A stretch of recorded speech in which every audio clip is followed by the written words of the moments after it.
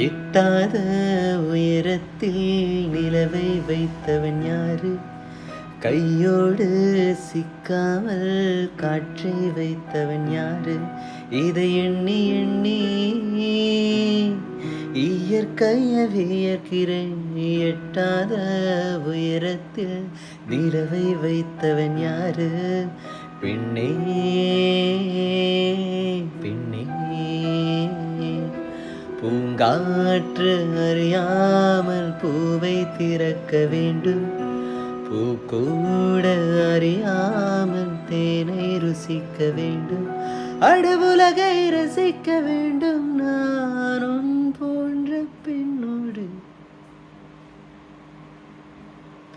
வெண்ணிலவே வெண்ணிலவே வினை தாண்டி வருவாயா, விளையாட ஜோடி தேவை.